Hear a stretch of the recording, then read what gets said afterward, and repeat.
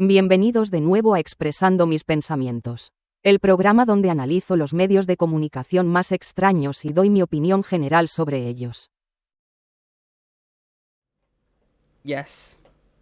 The answer is yes. Like, how could it be anything else but yes? I really don't like tying my personal life into these types of reviews, but I myself have suffered from gender dysphoria. In fact, I'm still suffering from it. I'm constantly being called a boy and being told to man up by my own dad. He still does, even after I told him that I had an issue with him calling me that. It's a feeling of depression that I'm still trying to battle to this very day. But I know deep down in my heart, I am a woman, and I am proud of it. And thank you to Emilia, Emilia, Epifania, Emilia,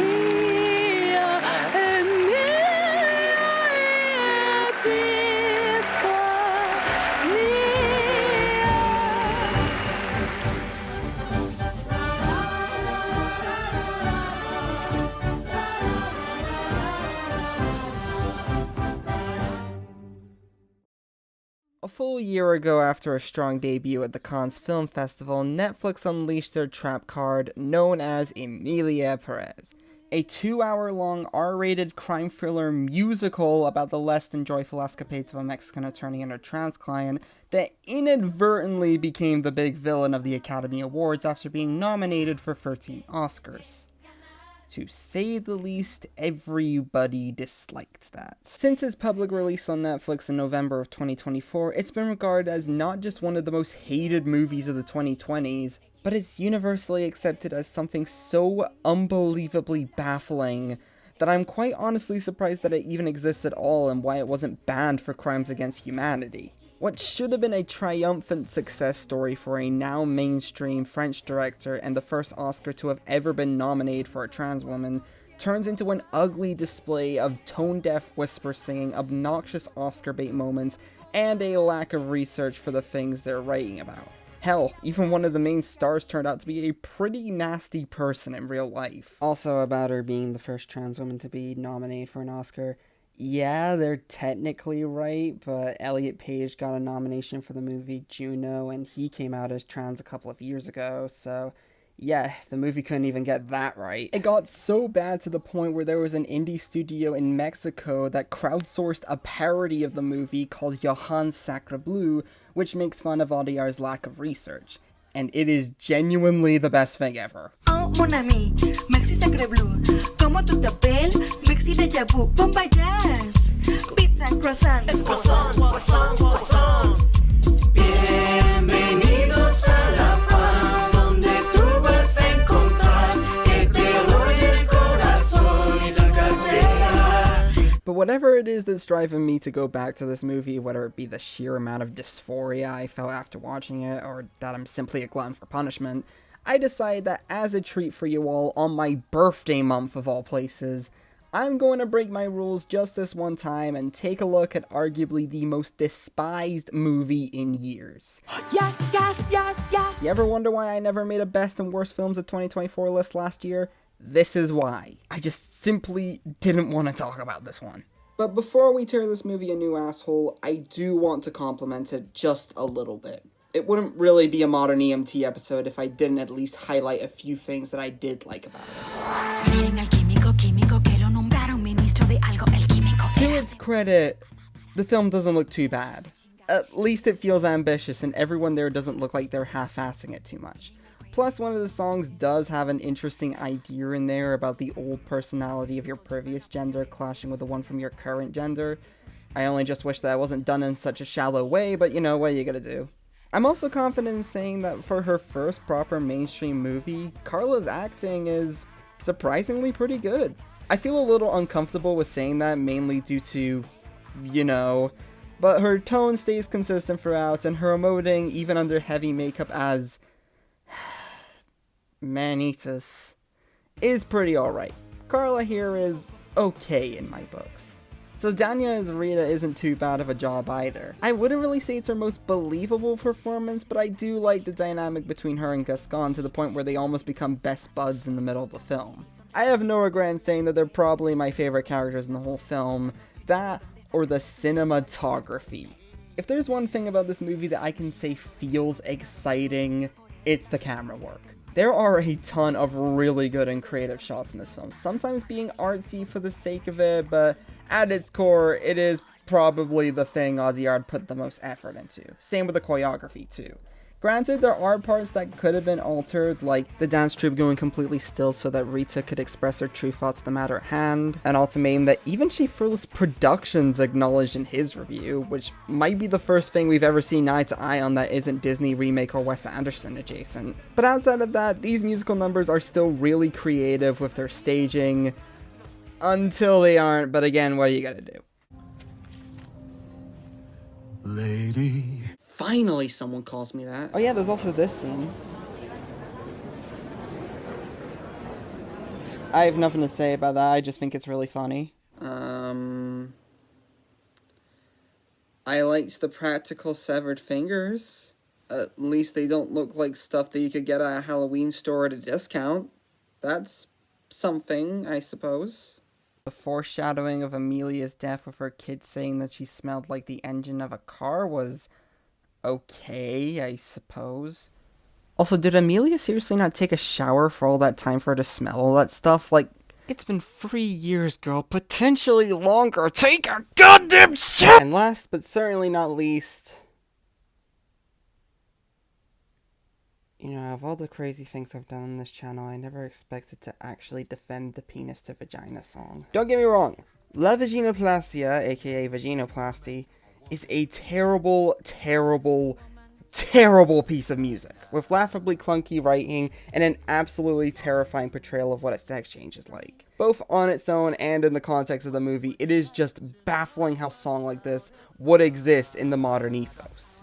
But here's the thing, and I know I'm gonna sound completely insane for saying this, the style of El Vaginoplastia should have been the entire movie. You see, the real problem with this song in the context of the movie is that it's a complete, total clash compared to everything else. If the film played up the weird, over-the-top nature of this particular number, a lot of people probably wouldn't bat an eye, but no, most of the film is pretty dour and talk-heavy for the most part. Outside of a couple of scenes later on, the comedy is almost completely gone, so a scene like this looks completely out of place. If you're gonna be this goofy and camp with your portrayal of sex operations, go all out! You're already putting a lot on the line with the film's story in general. Why not be Female Trouble with a Stranger Things budget? Desperate Livings with the Netflix brand smeared all over it? A Pink Flamingos remake starring Neytiri from Avatar? Hell, it honestly would have been a lot of fun if they actually got John Waters and his merry band of Dreamlanders to make the movie instead. At least it would have actually had an excuse to be this over the top.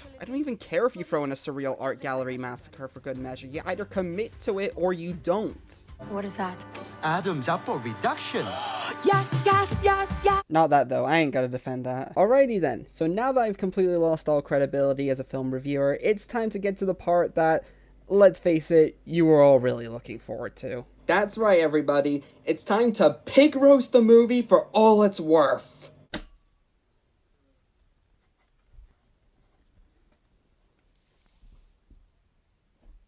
You know, if I had a nickel for every controversial French movie that was produced by Netflix this decade, I'd have 2 nickels. Which I'm not going near because I ain't getting dermatitis tonight. Regular filmgoers hated it for its flimsy structure, Mexicans hated it due to the butchering of their own language, trans people hated it for how cartoony their portrayal of sex changes and gender dysphoria are, musical fans hated it because of everyone's obnoxious tone-deaf whisper singing.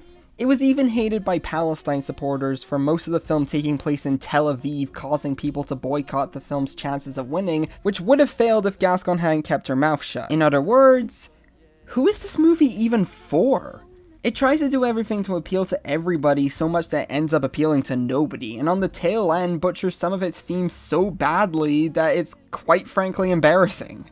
So why did people vote for it? I mean, there can't have been another underlying reason as to why it got so many nominees.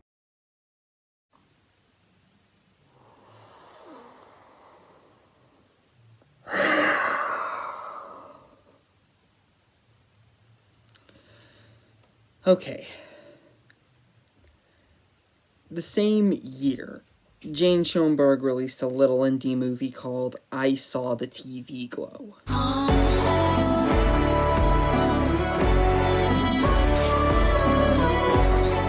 A comfy little horror movie about two teenagers bond over a TV show that starts to tear their relationship apart. That also was about being trans in a fantastical, over-exaggerated world, but here's the thing. That movie didn't just star trans people as the main lead, but it was also written and directed by one too. And everything about the movie, whether it be editing or story-wise, makes thematic sense for what Schoenberg is going for. But guess what? The actually good trans movie got 0 Oscar nominations, while Emilia Perez was allowed to sweep the nominations board in one fell swoop. Side note though, it is a little surreal to know that these two came out in cinemas a day apart from each other. Literally. Then there's the songs, which were... Wait, were there any? Like, I'm being serious here. Are there supposed to be songs in this film? I mean, I know there are a few in there. Penis to Vagina, of course, but... Are there any songs outside of that? Like, seriously, I had to watch this movie several times to see if there were song numbers in this. And let me tell you, there's nothing more depressing and humiliating than watching a movie that outright insults your own perspective on life several times for a silly film review. They left that little of an impact, mainly because next to all of them are barely 3 minutes long and they don't advance the story in any way, shape, or form. You could cut them out and miss practically nothing, they're that insignificant. But it does have a few okay-ish songs, I suppose, like Todo y Nada. It's the only song in the entire soundtrack I find myself coming back to, so that's gotta be good for something, I think. The Oscar-winning El Mal is passable enough, and I do get why they nominated it, but at the same time, why? Mi Camino has a rhythm, I guess? I don't know, man. I literally just looked the soundtrack up on YouTube. The worst song in the entire movie might be Lady, because it has this unnecessary rant from Rita that doesn't make a lick of sense at all. Changing the body changes society. Changing society changes the soul.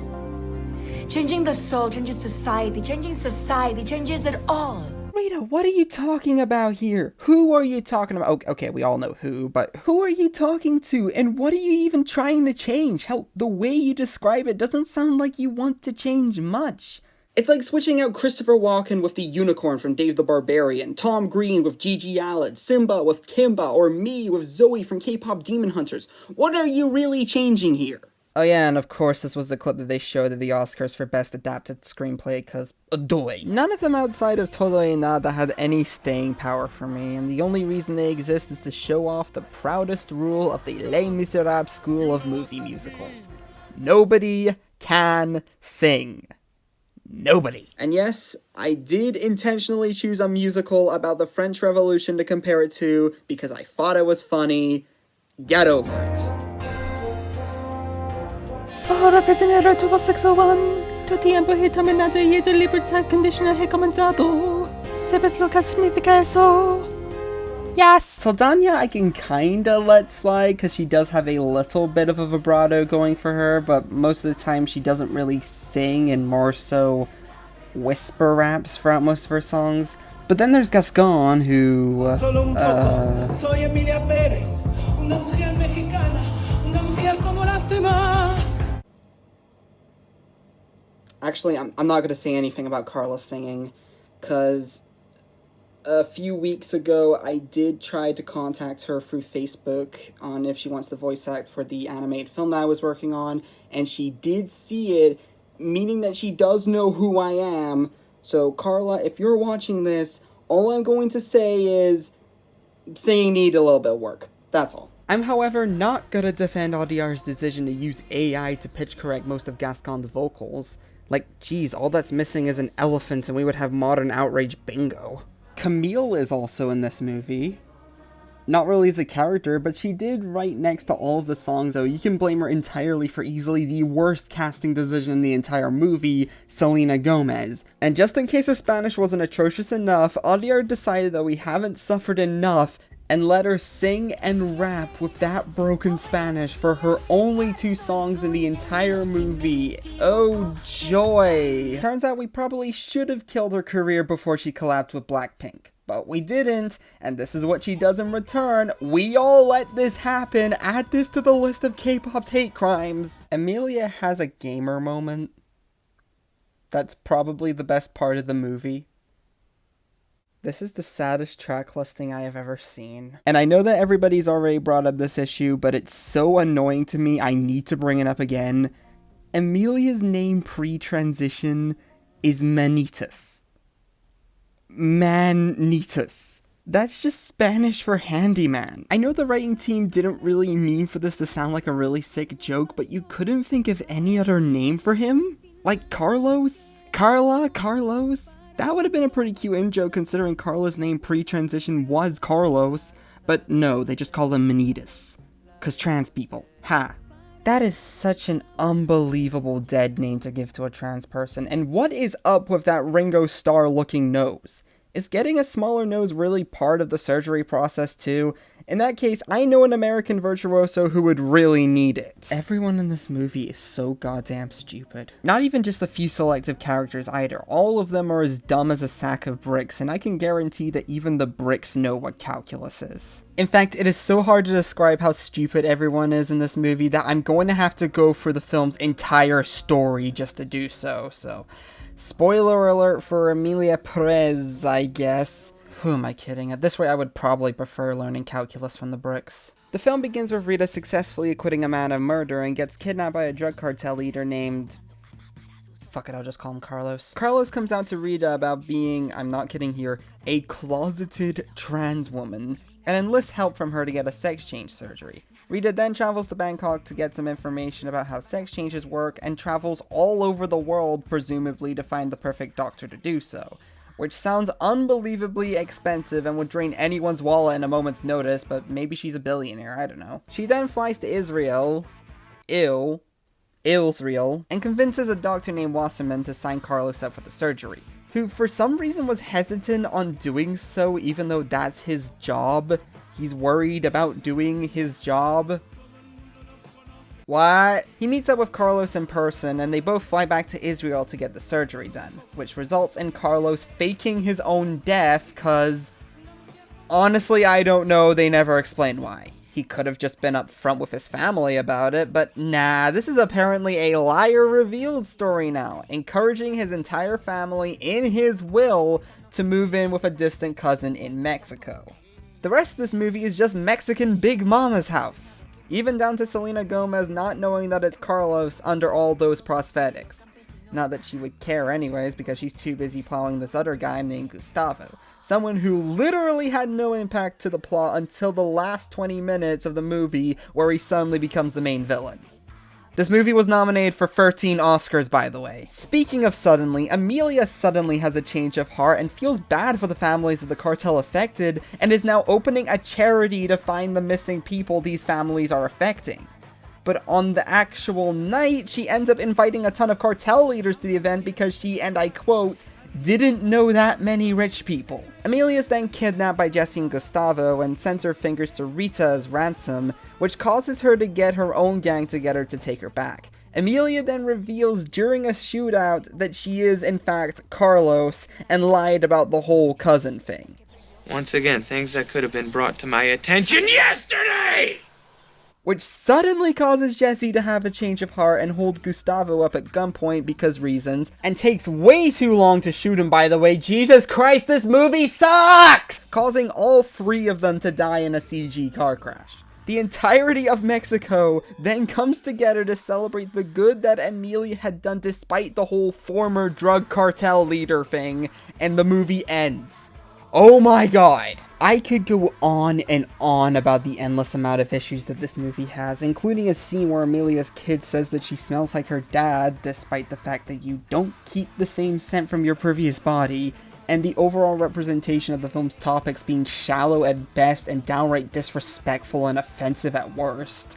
But my birthday is just around the corner and I actually want to feel, well, you know, happy. And I know I shouldn't really speak on how accurately it portrays Mexico as I am a lowlife, but I did talk about this movie with my good friend and close collaborator CoinGamer2, who's from Argentina, and he briefly mentioned that the way they speak Spanish in this film doesn't sound right. despite having plenty of fluent Spanish speakers in their cast. Though that problem might lie in the face of director Jacques Audiard, who is a Frenchman who doesn't speak Spanish, and the book the movie is based on is called Écoute, which is also entirely in French. The writers are French, the composers are French, both the producers are Belgian and French, respectively. This entire movie, outside of the cast, is a French production by people who don't know how to speak Spanish. Now do you see the problem? Fuck this movie. Fuck the director. Fuck everyone who agreed to make it. Fuck everyone who agreed to star in it. Fuck Netflix for producing it. Fuck Israel. And fuck everyone who gave this 13 nominations. Like, 13! That's as much as Oppenheimer. You could have given those 13 nominations to a million other movies from last year that are much better than this one. I Saw the TV Glow, The Substance, Sasquatch Sunset, Dune Part 2, In a Violent Nature, Late Night with the Devil, you know what? I would stick up for Madame Web before I ever stick up for Emilia Perez. This movie is brain dead levels of obnoxious. Like I said, there is a world out there where a movie like this would actually work. A wild, eccentric musical focusing on the trials and tribulations of a transgender drug kingpin. But the world we're living in gave the idea to a bunch of incompetent idiots who took the assignment way too seriously and tried to make bank off of it through a bunch of pretentious Oscar bait cheat sheets. Actually, I know I only made this to give people an insight into what I think of the movie as a bi person, but this whole review has kind of put me in a bad mood. I don't think I've ever been this angry at a movie before. How am I supposed to cheer myself up after all that? Say, exactly how many Oscars did it win?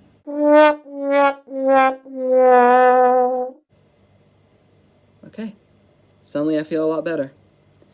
I'm Bryce T.D. Tulloch, and Free Palestine.